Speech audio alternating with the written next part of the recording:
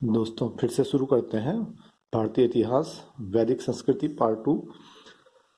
पहला पॉइंट है सर्वाधिक प्राचीन ब्राह्मण ग्रंथ शतपथ ब्राह्मण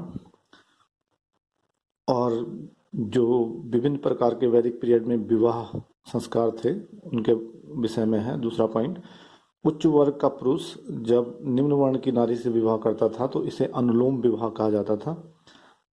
उच्च वर्ण की नारी जब निम्न वर्ण के पुरुष से विवाह करती थी तो इसे प्रतिलोम विवाह कहा जाता था। अष्टाध्यायी के बारे में कई बार पूछा गया है कि किसने ये लिखा है। ये पाणिनि ने लिखा है, एक संस्कृत व्याकरण का ग्रंथ है। महाभारत का प्राचीन नाम जय संहिता था। जिंद अवेस्ता या जिसे अवेस्ता कहा गया है पारसी धर्म की पुस्तक है और ईरान से संबंधित है। ईरान में पारसी धर्म प्रचलित था।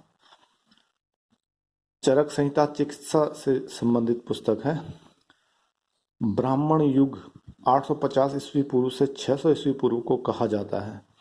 धर्मशास्त्रों के अनुसार भूराजस्व की जो दर थी वो 1/6 भाग उपज की होती थी। पुराणों की संख्या 18 है। प्राचीनतम पुराण मत्स्य पुराण है। 16 सूत्र ज्यामिति से संबंधित है।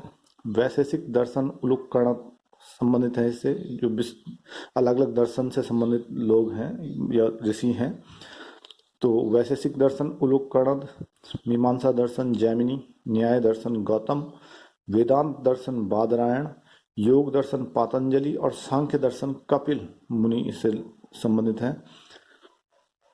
कई बार पूछा जाता है कि अथर्ववेद का विषय क्या है, तो ये जादू टोना माया वशीकरण वगैरह अथर्ववेद का विषय है। ऋग्वेद का विषय ईश्वर की महिमाओं का वर्णन है ऋग्वेद में। सामवेद का विषय है वैदिक ऋचाओं का संगीतात्मक गान या संगीत जो है। कई बार पूछा गया है कि संगीत कौन से वेद से संबंधित है, तो सामवेद से। और यजुर्वेद का विषय है स्तोत्र, कर्मकांड व बलिदान विधि।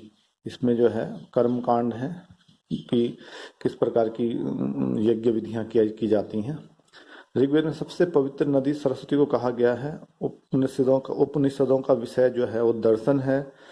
मनुस्मृति का विषय सामाजिक व्यवस्था है। सामाजिक व्यवस्था, सामाजिक कानून जो सबसे पहले बनाए गए हैं वो मनुस्मृति से संबंधित है, मनुस्मृति में बनाए गए हैं। वैदिक काल की विद्वान महिलाओं के बारे में कई बार पूछा गया है, तो अपाला घुसा वगैरह कई विद्वान महिलाएं थी जिन्होंने ऋग्वैदिक ऋचाओं का भी निर्माण किया है। विष्णु पुराण से किस वंश से संबंधित है, किस वंश का उसमें उल्लेख मिलता है, ये मौर्य वंश से संबंधित है विष्णु पुराण। मत्स्य पुराण आंध्र सातवाहन वंश से है। वायु पुराण गुप्त वंश से संबंधित है। कई बार इसी से संबंधित क्वेश्चन पूछा गया है कि किस पुराण में गुप्त वंश का वर्णन मिलता है या किस पुराण में मौर्य वंश का वर्णन मिलता है। इस प्रकार से क्वेश्चन पूछे जाते हैं। यम नचिकेता संवाद कठोपनिषद में मिलता है। चावल के लिए व्रीहि कहा जाता था। सबसे आदि काव्य कहा गया है रामायण को। निष्क, सतमान, कृष्णल ये लेन देन में प्रयुक्त होने वाले स्वर्ण आभूषण थे, यानी कि लेन देन की इकाई या आपका लेन देन में प्रयुक्त किए जाने वाले मुद्रा के समान यूज किए जाते थे। दशराग्य युद्ध काफी प्रसिद्ध युद्ध है। ऋग्वेद में इसका वर्णन है।